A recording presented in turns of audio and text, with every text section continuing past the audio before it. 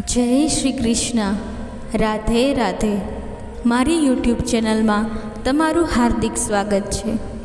મિત્રો, નવરાત્રિ શરૂ થઈ ગઈ છે, તો માતાના આશીર્વાદ મળી રહે તે માટે આપણે સાંભળીશું નવરાત્રિની કથા વિશે અને 9 દિવસ જે માતાની પૂજા થાય છે તેની કથાઓ વિશે. જો તમે માતા દુર્ગાના ઉપાસક છો તો વિડીયોને લાઈક કરી કમેન્ટમાં જય મા દુર્ગા અવશ્ય લખજો. અને જો તમે ચેનલને સબસ્ક્રાઈબ ન કરી હોય તો ચેનલને સબસ્ક્રાઈબ અવશ્ય કરજો, જેથી મા દુર્ગાની કૃપા આપણા સૌ ઉપર બની રહે. પ્રથમ દિવસે માતા શૈલપુત્રીની પૂજા કરવામાં આવે છે.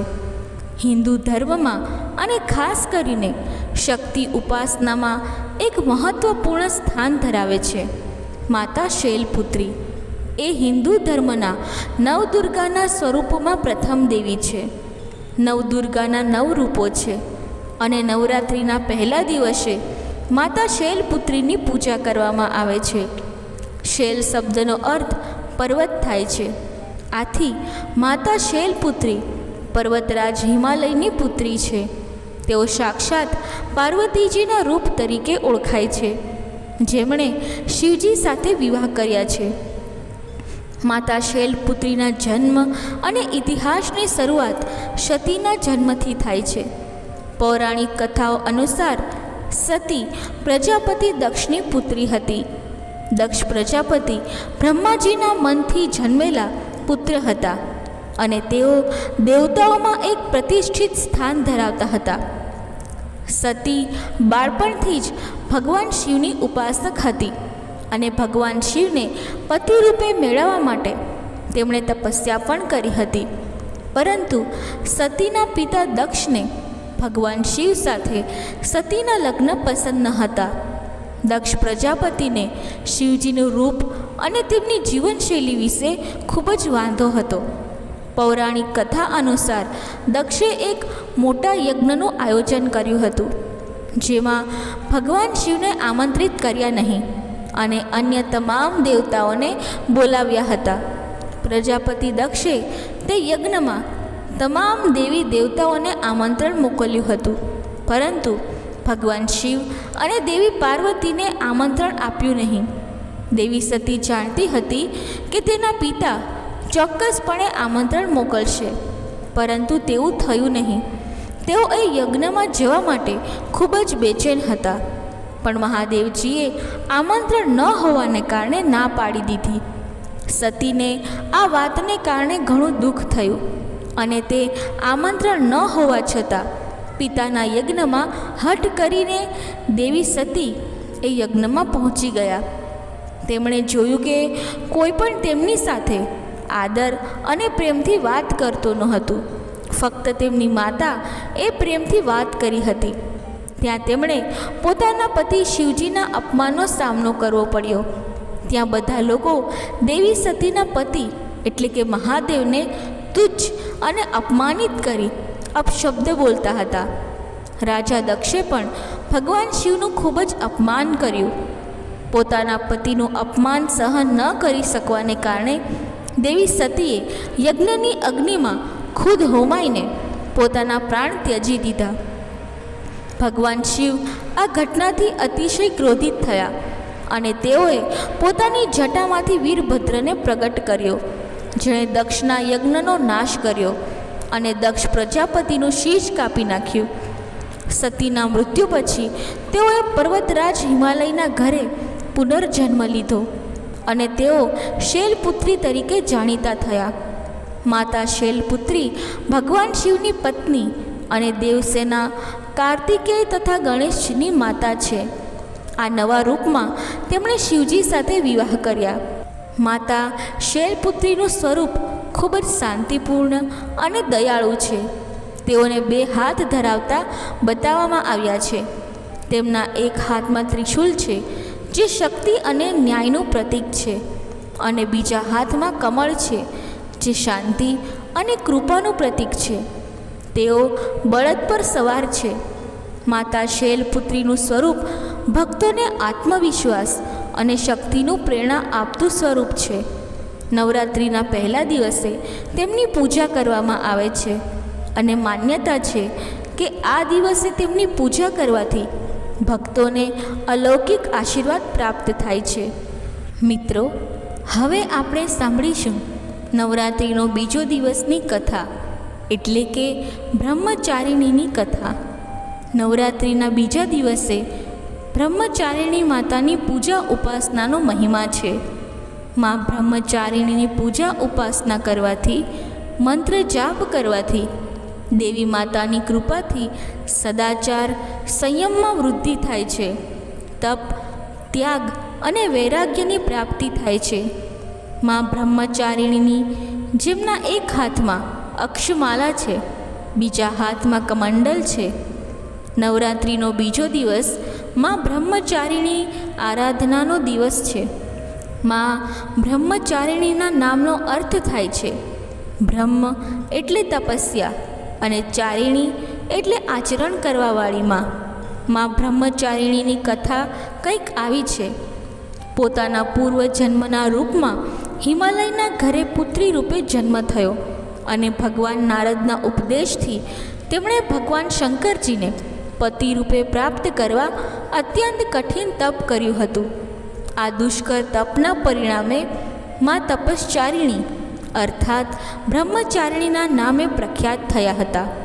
1000 વર્ષ સુધી માં શૈલપુત્રીએ કેવળ ફળ ફૂલ ખાઈને વ્યતીત કર્યું હતું. 100 વર્ષ સુધી કેવળ શાક પર નિર્વાહ કર્યો હતો. એટલા માટે માતાનું નામ પડ્યું હતું શાંકભરી. કેટલાક દિવસો સુધી માતાએ ખુલ્લા આકાશ નીચે, વર્ષા ઋતુમાં અને ઉનાળામાં કઠોર તાપમાં કષ્ટ સહન કરીને પણ તપસ્યા ચાલુ રાખી હતી. આ કઠિન તપસ્યા તેમણે 3000 વર્ષો સુધી કરી હતી. જમીન પર પડેલા પાન અને બેલપત્ર ખાઈને દિવસો પસાર કર્યા હતા અને ભગવાન ભોલેનાથની આરાધના કરી હતી. અમુક સમય પછી માતાએ સુકાયેલા બેલપત્ર ખાવાના પણ છોડી દીધા હતા અને કેટલાય હજાર વર્ષો સુધી નિર્જળા નિરાહાર રહીને તપસ્યા કરી હતી. પર્ણ ખાવાનું પણ છોડી દીધું હતું અને આંખ છોડી દેવાના કારણે માતાનું નામ અપર્ણા પડ્યું હતું. કેટલાય હજારો વર્ષો સુધી તપસ્યા કરવાના કારણે માં બ્રહ્મચારિણી દેવીનું પૂર્વજન્મમાં શરીર એકદમ ક્ષીણ થઈ ગયું હતું, અત્યંત સુકાઈ ગયું હતું. આવી દશા જોઈને એમના માતા મેના અત્યંત દુઃખી થયા. આવી કઠિન તપસ્યા છોડવા માટે માં મેનાએ પોતાની પુત્રીને કહ્યું, ઓ માં, ઓ નહીં. ત્યારથી દેવી બ્રહ્મચારિણીના પૂર્વજન્મમાં એક નામ ઉમા પણ પડી ગયું હતું. માં પાર્વતીની તપસ્યાથી ત્રણેય લોકમાં હાહાકાર મચી ગયો હતો. દેવતા, ઋષિ, સિદ્ધગણ, મુનિ બધા બ્રહ્મચારિણી દેવીની તપસ્યાથી અભૂતપૂર્વ પુણ્યકૃત બતાવવા લાગ્યા અને તેમના તપને સરાહવા લાગ્યા. અંતમાં પિતામહ બ્રહ્માજીએ આકાશવાણી દ્વારા સંબોધિત કરીને પ્રસન્ન થઈને આવા સુંદર સ્વરોમાં કહ્યું કે હે દેવી પાર્વતી, આજ સુધી આવી કઠોર તપસ્યા કોઈએ કરી નથી અને કરશે પણ નહીં. આવી તપસ્યા તમારા દ્વારા જ સંભવ હતી. તમારી આ તપસ્યા ખૂબ જ સરાહનીય છે. તમારી મનોકામના સર્વભૂતો ભાવે પરિપૂર્ણ થશે. ભગવાન ભોલેનાથ, શિવ શંભુ તમને પતિ રૂપે પ્રાપ્ત થશે. તમે તપસ્યાથી વિરત થઈને ઘરે જાઓ. શીઘ્ર જ તમારા પિતા તમને બોલાવવા આવી રહ્યા છે. આવી રીતે માતા બ્રહ્મચારિણીએ પોતાની તપસ્યામાંથી મુક્ત થઈને પિતા અને માતા સાથે ઘરે ગયા. મા દુર્ગા દેવીજીનું આ બીજું સ્વરૂપ બ્રહ્મચારિણી સ્વરૂપની પૂજા આરાધના ભક્તો માટે સિદ્ધિ અને અનંત ફળ આપવાવાળું છે.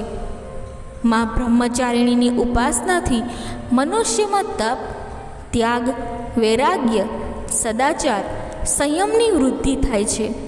જીવનમાં કઠિન સંઘર્ષોમાં માતાના તપથી કર્તવ્ય પથમાંથી વિચલિત થવાતું નથી, એટલે કે સંપૂર્ણ વચન નિભાવી શકાય છે. તપસ્યા દ્વારા તપથી મનુષ્ય અડગ રહી શકે છે. મા બ્રહ્મચારિણી દેવીની કૃપાથી સર્વત્ર સિદ્ધિ વિજયની પ્રાપ્તિ થાય છે.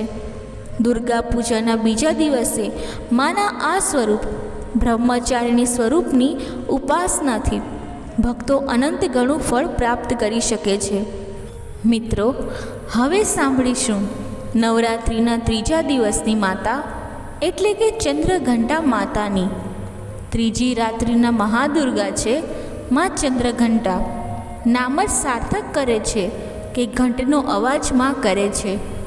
ઘંટનો અવાજ ક્યારે થાય? જ્યારે નકારાત્મક પ્રભાવને દૂર કરવો હોય, આસુરી તત્વનો નાશ કરવો હોય, ત્યારે માં ઘંટ વગાડે છે. ત્રિલોકની સ્વામીની મહામાયા દુર્ગા દેવી માં એમને ભક્તોની રક્ષા કરે છે, ભક્તોના કષ્ટનું નિવારણ કરે છે. માં ઘંટનો ધ્વનિ કરીને પ્રેત બાધા આદિથી પણ રક્ષા કરે છે. શરણાગત વત્સલ મહામાયા જોગમાયા તેમના ભક્તોને સદૈવ સચેત કરે છે. ચંદ્રઘંટા દેવીના ભક્ત અને ઉપાસક જ્યાં જાય છે ત્યાં તેમને શાંતિનો અનુભવ જરૂર થાય છે. માની આરાધના કરવાથી સદ્ગુણોની પ્રાપ્તિ અવશ્ય થાય છે. સાધકમાં વીરતા, નિર્ભયતા, સૌમ્યતાના ગુણ આવે છે અને વિનમ્રતા આવે છે. તદુપરાંત મુખ, નેત્ર તથા સંપૂર્ણ કાયામાં કાંતિની વૃદ્ધિ થાય છે. સ્વરમાં દિવ્ય અલૌકિક માધુર્યનો સમાવેશ થઈ જાય છે. માતા ચંદ્રઘંટાની આરાધના કરવાથી ભક્તોને ચિરાયુ, આરોગ્ય, સુખ અને સંપન્નતાનું વરદાન પ્રાપ્ત થાય છે. મા ચંદ્રઘંટાની કૃપાથી સાધક સમસ્ત પાપ બાધાથી મુક્તિ પ્રાપ્ત કરે છે, પરાક્રમી અને નિર્ભય થઈ જાય છે. 9 દિવસ સુધીના નવરાત્રિ દરમિયાન મા દુર્ગાનું પહેલું સ્વરૂપ શૈલપુત્રી છે અને બીજું બ્રહ્મચારિણી સ્વરૂપ છે.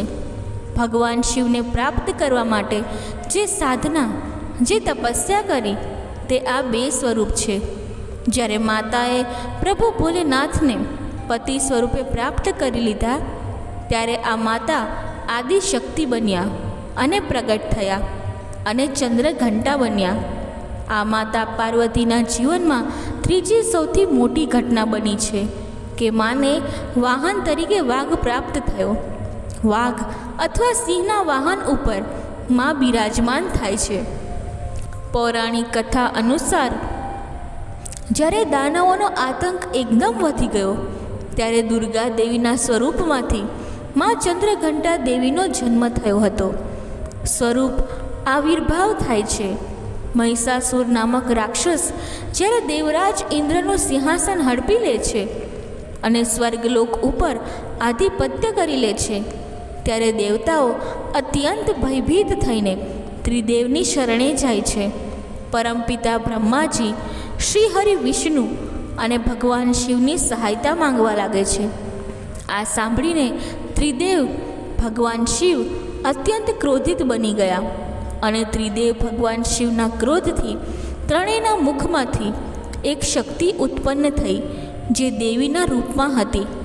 ભગવાન શિવે એ દેવીને ત્રિશૂળ આપ્યું, ભગવાન શ્રી હરિનારાયણે ચક્ર આપ્યું તથા દેવી દેવતાઓએ પણ પોતપોતાના અસ્ત્રો શસ્ત્રો આપ્યા. ત્યારે ઇન્દ્રદેવે માને એક ઘંટ આપ્યો જેના કારણે મા ચંદ્રઘંટા મહિષાસુરનો વધ કરવા પહોંચી ગયા.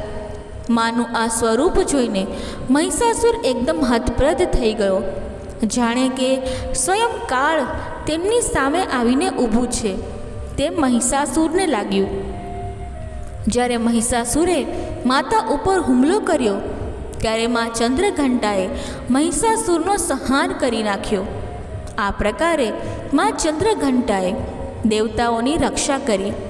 માટે મા ચંદ્રઘંટા દેવીની ઉપાસના કરવાથી મા આસુરી જીવોથી સદૈવ રક્ષા કરતા રહે છે.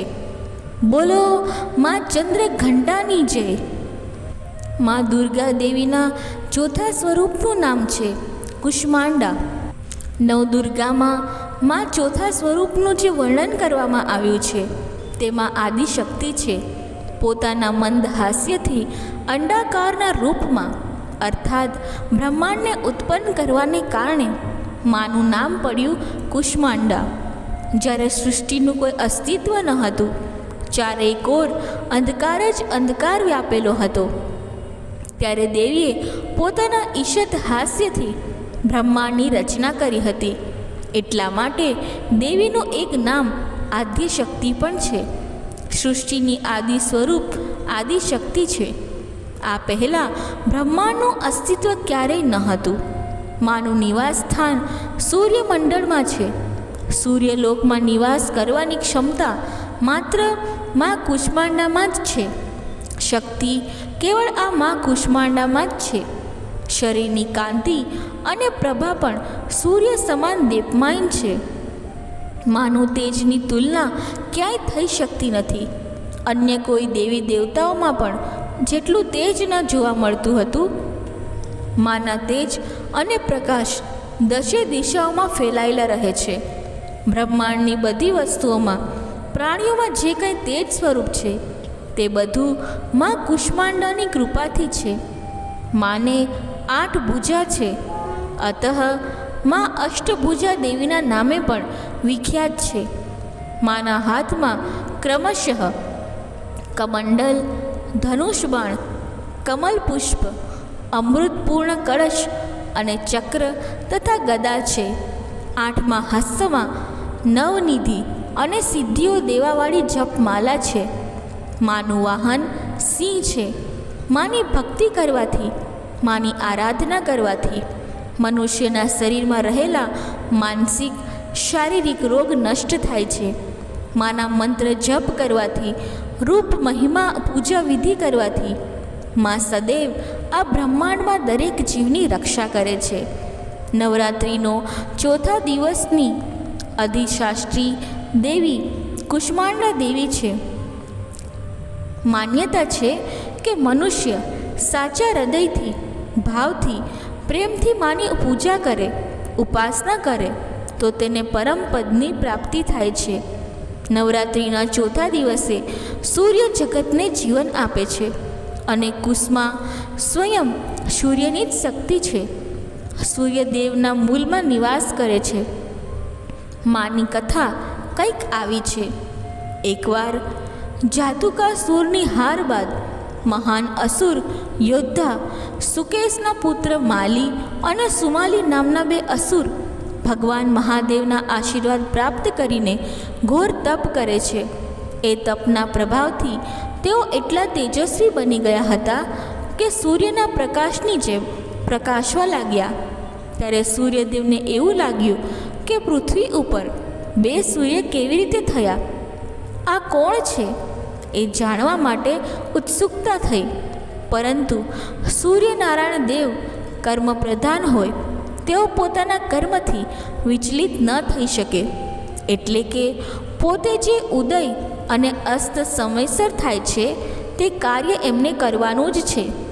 પરંતુ છતાં પણ સૂર્યનારાયણ દેવ પોતાના કાર્યમાંથી છૂટ થયા અને તે બંને જે અસુર સૂર્યના પ્રકાશની જેમ, ગોળાની જેમ પ્રકાશમાન હતા તેને જોવા માટે આવી ગયા. જ્યારે તેઓ નજીક આવ્યા તો બંને માલી અને સુમાલી બળીને ખાક થઈ ગયા. જ્યારે ભગવાન મહાદેવને આ વાતની ખબર પડી ત્યારે તેઓએ સૂર્યનારાયણ દેવ ઉપર એક ત્રિશૂળ છોડ્યું અને કહ્યું કે આ સૂર્ય બળીને ભસ્મ થઈ જાય. પરિણામ સ્વરૂપ સંપૂર્ણ વિશ્વ સૌરમંડળમાં અંધકાર છવાઈ ગયો અને અંધકારને કારણે આ સૃષ્ટિ ભયાવહ લાગવા લાગી. ગુરુત્વાકર્ષણમાં પણ હાનિ થઈ ગઈ અને સંપૂર્ણ અસંતુલન વ્યાપી ગયું. સૂર્યનારાયણ બેહોશ થઈ ગયા.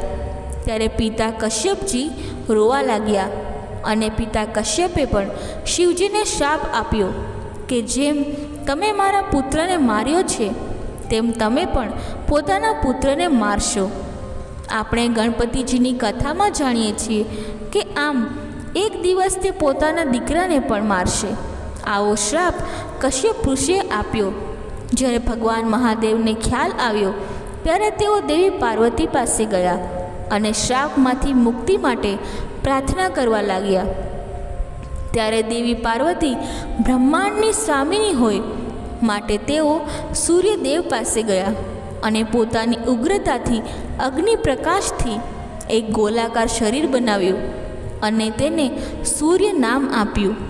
પાર્વતી દેવીએ બ્રહ્માંડના ગોળાને પોતાની અંદરથી બહાર કાઢ્યું. ત્યારે દેવી પાર્વતી પણ સુંદર લાગવા લાગ્યા. ત્યારબાદ સુકેશ અને ઋષિ કશ્યપ પોતાને સ્થાને પહોંચ્યા. સુકેશ આંસુઓથી ભરાઈ ગયા. જોકે કશ્યપ ઋષિ પણ ક્રોધિત હતા. ઋષિ કશ્યપે ભગવાન શિવજીને શ્રાપ આપ્યો હતો કે તે પોતાના પુત્રને મારશે. તેથી ભગવાન ભોલેનાથ પણ સમાધાન કરવા માંગતા હતા.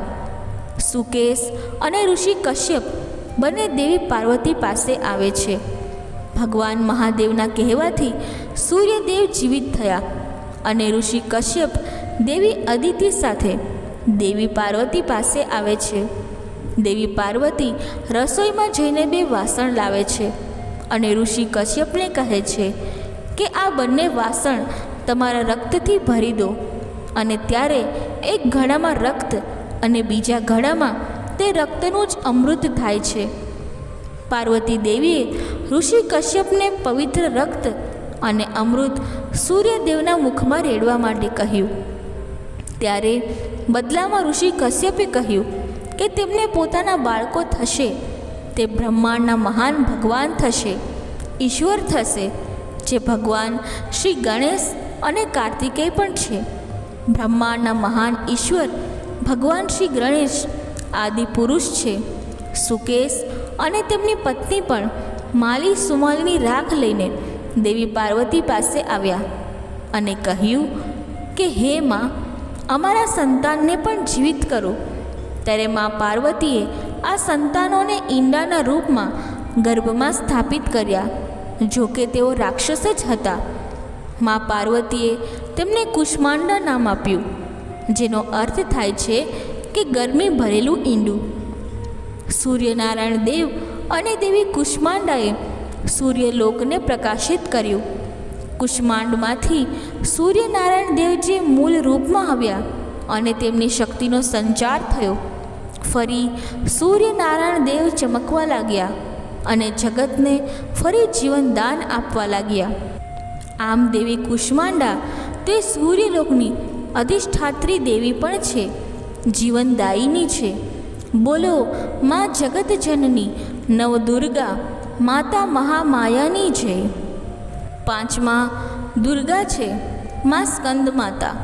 માં કાર્તિકેય સ્વામીને પોતાના ખોળામાં બેસાડીને રાખ્યા છે. એટલા માટે આજનો દિવસ માં સ્કંદ માતાને સમર્પિત છે. એટલે આ દુર્ગા દેવીનું નામ છે સ્કંદ માતા. સિંહાસન ગદા નિત્યમ પદ્માશ્રિત કરવત્યા શુભદ અસ્તુ સદા દેવી સ્કંદ માતા યશસ્વીની. અર્થાત હે સિંહ પર સવાર થવાવાળી માં પોતાના 2 હાથોમાં કમળ પુષ્પ ધારણ કરેલા છે. અને યશ દેવાવાળી માં સ્કંદ માતા અમારા માટે શુભદાયી રહો. બોલો માં સ્કંદ માતાની જય. મિત્રો, નવરાત્રિમાં નવદુર્ગા નવશક્તિની આરાધના થાય છે. ભક્તો માં નવદુર્ગાની આરાધના કરીને મનોવાંછિત ફળની પ્રાપ્તિ તો કરી શકે છે, પરંતુ જીવનમાં રહેલી અશુદ્ધિ છે, અશાંતિ છે, આસુરી વૃત્તિ છે, તેનો પણ નાશ કરી શકે છે. માં સ્કંદ માતાના અવતારની કથા કંઈક આવી છે.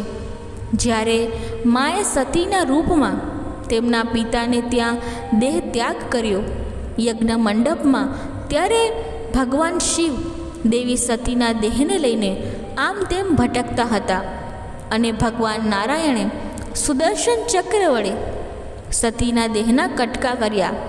ભગવાન મહાદેવ ત્યારે સંસારના બંધનોને દૂર કરીને તપસ્વીનું રૂપ ધારણ કરીને પહાડોની વચ્ચે ચાલ્યા ગયા. એ સમય દરમિયાન તારકાસુર અને સુર પદ્મન નામના 2 અસુરો બ્રહ્માજીની ઘોર તપસ્યા કરવા લાગ્યા અને બ્રહ્માજી પ્રસન્ન પણ થયા. ત્યારે તેઓએ વરદાન માંગ્યું કે અમારું વધ માત્ર મહાદેવનું સંતાન જ કરી શકે, કારણ કે તેઓ જાણતા હતા કે મહાદેવ તો તપસ્યામાં લીન છે. તેઓ ક્યારે લગ્ન નહીં કરે અને તેમને ક્યારે સંતાન નહીં થાય તો પોતે મરશે પણ નહીં. આમ વિચારીને તેઓ ચિંતા મુક્ત થઈને અભય પ્રાપ્ત કરીને આમ તેમ આખા જગતમાં તેઓ અત્યાચાર કરવા લાગ્યા, દુઃખ આપવા લાગ્યા. દરેક જીવને, મનુષ્યને. ત્યારે દેવતાઓ ભગવાન નારાયણ પાસે મદદ માટે જાય છે. ત્યારે દેવતાઓએ નારદજીને કહ્યું કે તમે જો સતી પાર્વતી કે જે હિમાલયને ત્યાં જન્મ્યા છે તેમને જઈને કહો કે શિવને પતિ રૂપે પ્રાપ્ત કરે, ઘોર તપસ્યા કરે. અને નારદજીએ પણ આમ જ કર્યું. ત્યારે દેવીએ શિવજીને પ્રસન્ન કર્યા, શિવ સાથે લગ્ન થયા અને લગ્ન બાદ સતી અને શિવજીને ત્યાં સ્કંદ ભગવાને જન્મ લીધો. પરંતુ આ તો મહાશક્તિ અને દેવોના દેવ મહાદેવનું તેજ હતું, ખૂબ જ ઉર્જાવાન હતું. અંડાકારના રૂપમાં એક બીજ ઉત્પન્ન થયું. તે બીજ અત્યંત ગરમ હોય માટે તેને અગ્નિદેવને સોંપવામાં આવ્યું.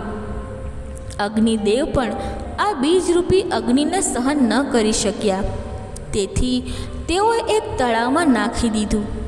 તળાવમાંથી ગંગાજીને સોંપવામાં આવ્યું.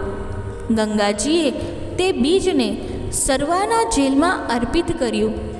માતા પાર્વતી કે જ્યાં પહેલેથી જ જલના રૂપમાં હતા, ત્યારે માતા પાર્વતીએ તેમને ધારણ કર્યું અને તે બીજ 6 રૂપમાં વિભાજિત થઈ ગયું.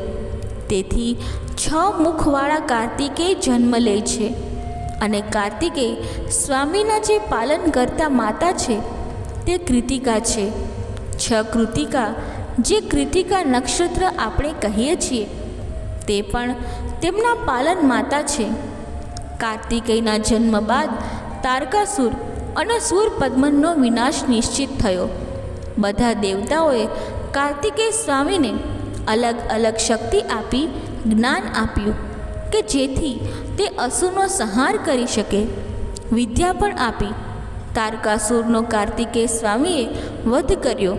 ત્યારે કાર્તિકેય સ્વામી જ્યારે વિજય પ્રાપ્ત કરીને માતા પાસે આવે છે, ત્યારે માતા દેવી દુર્ગા વહાલથી પોતાના દીકરાને ખોળામાં બેસાડે છે. આ સ્વરૂપ પૂજનીય બન્યું. એટલા માટે કહેવાનું, બોલો માં સ્કંદ માતાની જય.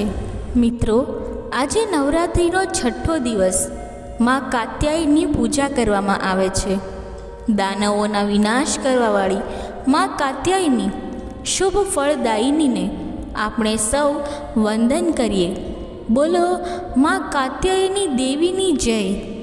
માં કાત્યાયની દેવીને સમર્પિત આ દિવસ, આ રાત્રિ છે. માં કાત્યાયની પૂજા કરવાથી ભક્તો 4 પદાર્થની પ્રાપ્તિ કરી શકે છે: ધર્મ, અર્થ, કામ અને મોક્ષ. આ ઉપરાંત અલૌકિક શક્તિ, ભાવયુક્ત પણ ભક્ત બની જાય છે. નવરાત્રિના 6થા દિવસે માં કાત્યાયની ઉપાસનાનો દિવસ હોય. અદ્ભુત શક્તિનો સંચાર થાય છે. દુશ્મનોનો સંહાર કરવાની શક્તિ પ્રાપ્ત થાય છે. માનું ધ્યાન ગોધૂલી વેલામાં અર્થાત પ્રદોષ કાળ હોય છે. સંધ્યા સમયે માની પૂજા આરાધના કરવાથી વિશેષ ફળની પ્રાપ્તિ થાય છે. જે કન્યાના વિવાહમાં વિલંબ થઈ રહ્યો છે, અથવા દીકરાના વિવાહમાં વિલંબ થઈ રહ્યો છે, અથવા વિવાહ થતા નથી, તેઓ મનોવાંછિત જીવનસાથી પ્રાપ્ત કરવા માટે માં કાત્યાયનીની ઉપાસના કરે. નવરાત્રિના 6થા દિવસે દુર્ગા દેવી કાત્યાયની કહેવાય છે. માં આદિશક્તિ, મહામાયા, જોગમાયા. મહર્ષિ કાત્યાયનના તપસ્યાથી પ્રસન્ન થઈને પુત્રી રૂપે જન્મ્યા.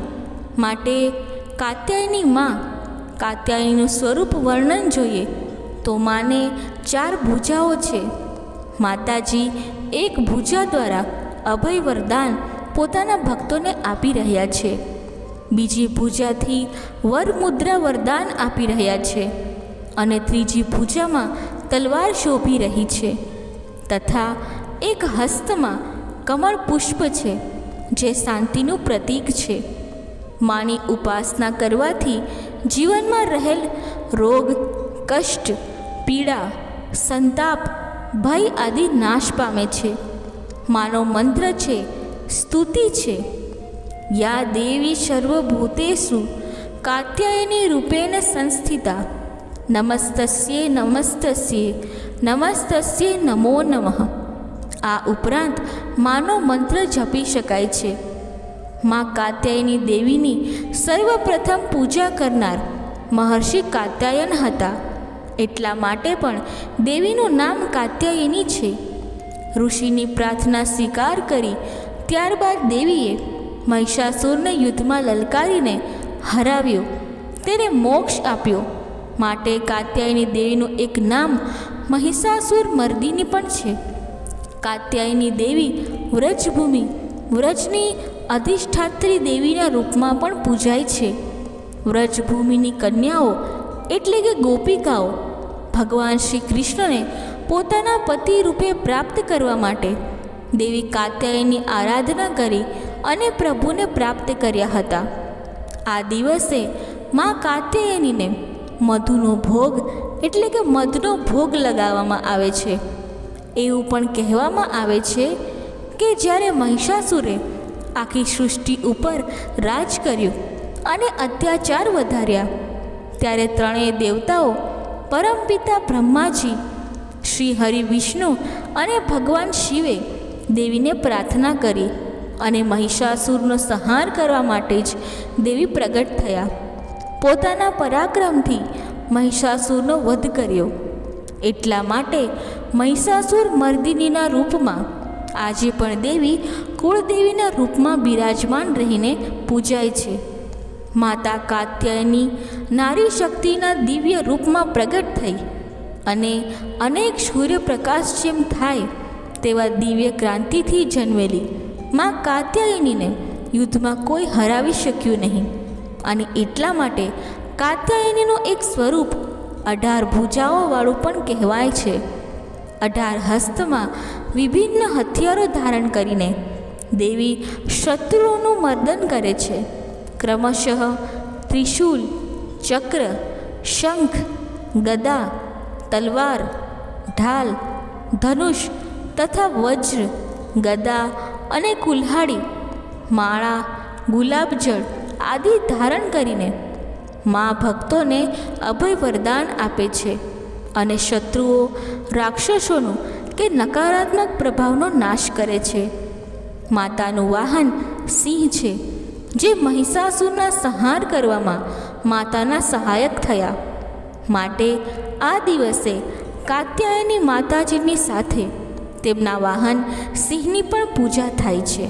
મિત્રો, નવરાત્રિનો 7મો દિવસ મા દેવી દુર્ગાજીનું 7મું સ્વરૂપ, 7મી શક્તિ મા કાલરાત્રિની પૂજા આરાધનાનો શુભ દિવસ. શુભમ કરી દેવી કાલરાત્રિની પૂજા કરવાથી મનુષ્યના સર્વે પાપોના નષ્ટ થાય છે. માની કૃપાથી પોઝિટિવ શક્તિ, સકારાત્મક શક્તિનો પ્રભાવ જીવનમાં જોવા મળે છે. કાલરાત્રિ માના શરીરનો રંગ અંધકારમય કાળો છે. માના વાળ વિખરાયેલા છે અને ગળામાં વિદ્યુતની જેમ ચમકે એવી માળા ધારણ કરેલી છે. માને 3 નેત્ર છે, માટે મા કાલરાત્રિ ત્રિનેત્રા પણ કહેવાય છે. માના 3 નેત્રો બ્રહ્માંડની જેમ ગુણ સદૃશ્ય છે. નેત્રોમાંથી હંમેશા વિદ્યુતની સમાન ચમકેલી કિરણો નીકળતી રહે છે. માની નાસિકાના શ્વાસ ઉચ્છ્વાસમાં ભયંકર જ્વાળાઓ નીકળે છે, અગ્નિ સમાન. માનું વાહન અધર્પ એટલે કે ગધેડો છે. મા ચતુર્ભુજા છે. 4 હસ્તમાં ક્રમશઃ મા ભક્તોને વરમુદ્રા દ્વારા વરદાન પ્રાપ્ત કરાવે છે. મા અભય વરદાન મુદ્રામાં પણ છે અને માના એક હાથમાં લોઢાના કાંટા છે અને માના એક હાથમાં ખડક કટાર ધારણ કરેલી છે, જેના દ્વારા એ આસુરી શક્તિનો નાશ કરે છે, પાપોનો નાશ કરે છે અને પોતાના ભક્તોને શુભ શાંતિ પ્રદાન કરીને અભય વરદાન આપે છે. માં કાલરાત્રિનું સ્વરૂપ જોવામાં અત્યંત ભયાનક છે, પરંતુ તે સદૈવ શુભ ફળ આપનારી છે. માટે માને કહેવાય છે કે શુભમ કરી દેવી. ભક્તોના સર્વે પ્રકારના ભયને હરવાવાળી દેવી કાલરાત્રિ છે. માટે માથી ડરવાની, માના સ્વરૂપથી ડરવાની કોઈ જરૂર નથી. દુર્ગા પૂજાના 7મા દિવસે કાલરાત્રિ દેવીની ઉપાસનાનું વિધાન છે. માં કાલરાત્રિની કથા પણ નિરાળી છે. દેવી ભાગવત પુરાણ અનુસાર દેવી કાલરાત્રિ યુદ્ધમાં ચંડ અને મુંડના વાળ પકડીને ખડકથી માએ બંનેના મસ્તક ધડથી અલગ કરી દીધા. દેવીએ ચંડમૂળના મસ્તક લાવીને દેવી કૌશિકીની પાસે આવીને કહ્યું કે ચંડમુંડ નામના પશુઓનું શિર છેદન કરીને હું તમારા ચરણોમાં રાખી દઉં છું. આ યુદ્ધમાં તમે સ્વયં શુંભ અને નિશુંભનો વધ કરો. ત્યારે કૌશિકી દેવીએ પ્રસન્ન થઈને દેવી કાલરાત્રિને કહ્યું, હે દેવી, ચંડમુંડનો વધ કરવાને કારણે આજથી તમારા ભક્તગણો તમને ચામુંડા દેવીના નામથી પણ બોલાવશે. ત્યારથી દેવી કાલરાત્રિને જ ચામુંડા દેવી કહેવાય છે. આમ દેવી કાલરાત્રિનું નામ ચામુંડા પડ્યું હતું. ત્યાંથી ભક્તો ચામુંડા દેવીની આરાધના કરીને મનોવાંછિત ફળની પ્રાપ્તિ કરી શકે છે. માં સર્વે ભયમાંથી મુક્ત કરીને ભક્તોને અભય વરદાન આપે છે. શરણાગત વત્સલ દેવીમાં ચામુંડા છે. દેવી કાલરાત્રિની સાધનાથી ઘણા લાભ પણ થાય છે. દેવી કાલરાત્રિનો પિંગલા નાળી પર અધિકાર માનવામાં આવે છે. દેવી તમામ સિદ્ધિઓને પ્રદાન કરવાવાળી છે. બોલો માં કાલરાત્રિની છે. નવરાત્રિના 8મા દિવસ 8મી તિથિ 8મું નવરાત્ર 8મા દુર્ગા મા મહાગૌરીની પૂજા આરાધના જે પૂજાનું ફળ છે. સર્વે પાપ સંતાપ દૈન્ય દુઃખ દૂર કરવા માટે અક્ષ પુણ્યની પ્રાપ્તિ માટે માં મહાગૌરીની પૂજા આરાધના ઉપાસના થાય છે. માં દુર્ગાજીની 8મી શક્તિનું નામ છે મહાગૌરી. માનો વર્ણ પૂર્ણતઃ ગૌર છે, માટે પણ માને મહાગૌરી કહેવાય છે. ગૌર વર્ણની ઉપમા શંખ ચંદ્રમા સાથે કરવામાં આવી છે. કુંદના ફૂલ સાથે કરવામાં આવી છે. માની આયુ માત્ર 8 વર્ષની માનવામાં આવે છે. માના સમસ્ત વસ્ત્ર શ્વેત કલરના છે. આભૂષણ આદિ પણ શ્વેત છે. માને 4 ભુજા છે અને વાહન છે વૃષભ. માની 4 ભુજાઓમાં ક્રમશઃ અભય મુદ્રાથી મા ભક્તોને અભયદાન આપી રહ્યા છે. માના હાથમાં ત્રિશૂળ છે, એક હાથમાં ડમરું છે અને એક હાથથી મા વર મુદ્રા વરદાન પોતાના ભક્તોને આપી રહ્યા છે. આમ મા વૃષભ આરૂઢા 4 હસતા અત્યંત શાંત અને અભય દેનારા મા શાંતિ પ્રદાન કરનારા છે. પાર્વતીના રૂપમાં ભગવાન શિવને પતિ રૂપે પ્રાપ્ત કરવા માટે માએ કઠોર તપસ્યા કરી હતી. મહાદેવ સિવાય અન્ય દેવતાને તે મનમાં પણ વિચારી શકતા નથી. ગોસ્વામી તુલસીદાસજી અનુસાર પણ મા દેવી પાર્વતીએ ભગવાન શિવને પ્રાપ્ત કરવા માટે કઠોર તપ કર્યું હતું. ભગવાન શિવ ન પ્રાપ્ત થાય તો હું કુંવારી જ રહીશ, એવું માનું વચન હતું. દુર્ગા પૂજાના 8મા દિવસે મહાગૌરીની ઉપાસનાનું વિધાન છે. મહાશક્તિ અમોઘ શક્તિ સત્ય ફલદાયિની છે. માની ઉપાસનાથી ભક્તોના દરેક કલ્મશ એટલે કે પાપ ધોવાઈ જાય છે. મા મહાગૌરીની કથા પણ નિરાળી છે. ઘણી કથા શાસ્ત્રોમાં વર્ણવવામાં આવ્યું છે. શાસ્ત્રો અનુસાર મા મહાગૌરી દેવી પાર્વતીનું જ રૂપ માનવામાં આવે છે અને શિવને પતિ રૂપે પ્રાપ્ત કરવા માટે કઠોર તપસ્યા કરી હતી. એકવાર ભગવાન ભોળાનાથે પાર્વતીજીને જોઈને કંઈક કહ્યું, જેથી દેવી મનમાં આહત થયા અને પાર્વતીજી તપસ્યામાં ફરી લીન થઈ ગયા. મા પાર્વતીની કઠોર તપસ્યાના કારણે માનું શરીર એકદમ કાળું પડી ગયું હતું અને તપસ્યાથી પ્રસન્ન થઈને સંતુષ્ટ થઈને જ્યારે ભગવાન મહાદેવે દેવીને ગંગાજીના પવિત્ર જળથી મળ ધોયો, વિદ્યુત પ્રભા સમાન અત્યંત કાંતિમાન માં બની ગયા, ગોર વર્ણના બની ગયા. ત્યાંથી માનું નામ પડ્યું મહાગૌરી. પાર્વતીજીનો રંગ અત્યંત જપપૂર્ણ હતો. તેમની છટા ચાંદની જેવી શ્વેત વર્ણની હતી, ધવલ હતી. ભગવાને દેવી ઉમા પાર્વતીને જોયા ત્યારે દેવી અત્યંત શ્વેત વર્ણ, શ્વેત વસ્ત્ર, શ્વેત આભૂષણથી પ્રસન્ન મન હતા. આ જોઈને પ્રભુએ તેમને ગૌર વર્ણ થવાનું વરદાન આપ્યું, માટે પણ દેવી કહેવાયા મહાગૌરી.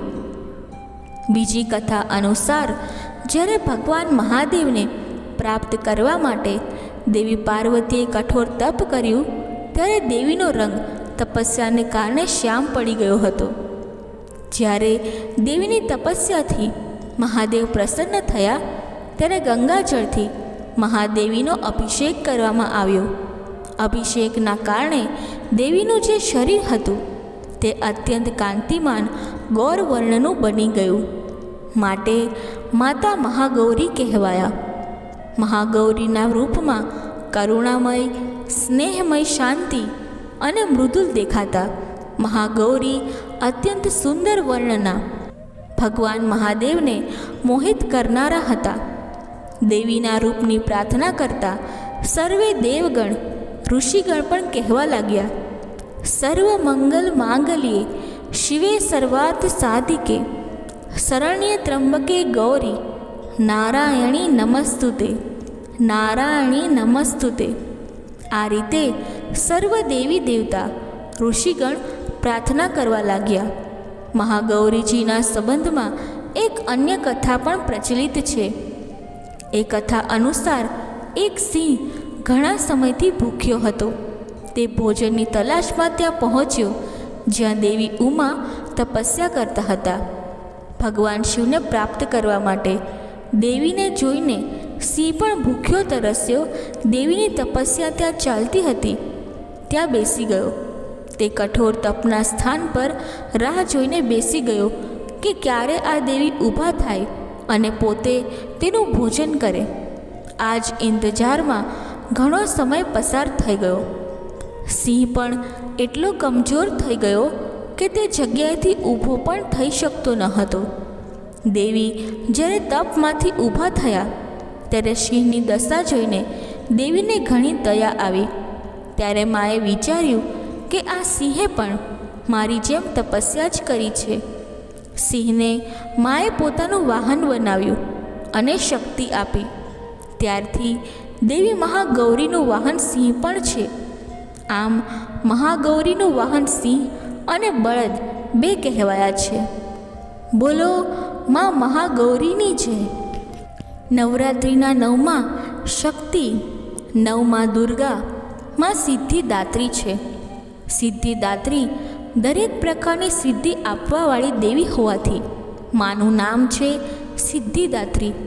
માર્કંડેય પુરાણ અનુસાર અણિમા, મહિમા, ગરિમા, લઘિમા, પ્રાપ્તિ, પ્રાકાપ્ય, પ્રાકામ્ય, ઈશિત્વ અને વશિષ્ઠત્વ આ 8 સિદ્ધિ કહેવામાં આવી છે. આ 8 સિદ્ધિ અને નવનિધિના દાતા એવામાં સિદ્ધિદાત્રી છે. આ ઉપરાંત પણ બ્રહ્મવૈવર્ત પુરાણમાં શ્રી કૃષ્ણ ભગવાનના જન્મખંડમાં બીજી પણ અનેક 18 સિદ્ધિ પણ બતાવવામાં આવી છે. માં સિદ્ધિદાત્રી ભક્તો અને સાધકોને દરેક પ્રકારની સિદ્ધિ પ્રદાન કરવા માટે સમર્થ છે. દેવી પુરાણ અનુસાર ભગવાન શિવને એમની કૃપાથી જ સિદ્ધિ પ્રાપ્ત થઈ હતી એવી કથા પણ છે. માની અનુકંપાથી કૃપાથી જ ભગવાન શિવનું અડધું શરીર દેવીનું છે, અર્ધનારેશ્વર કહેવાય છે. આ જ કારણે લોકમાં અર્ધનારેશ્વર નામે પણ શિવ અને શિવા પ્રસિદ્ધ છે. માં કમળના આસન ઉપર બિરાજમાન છે.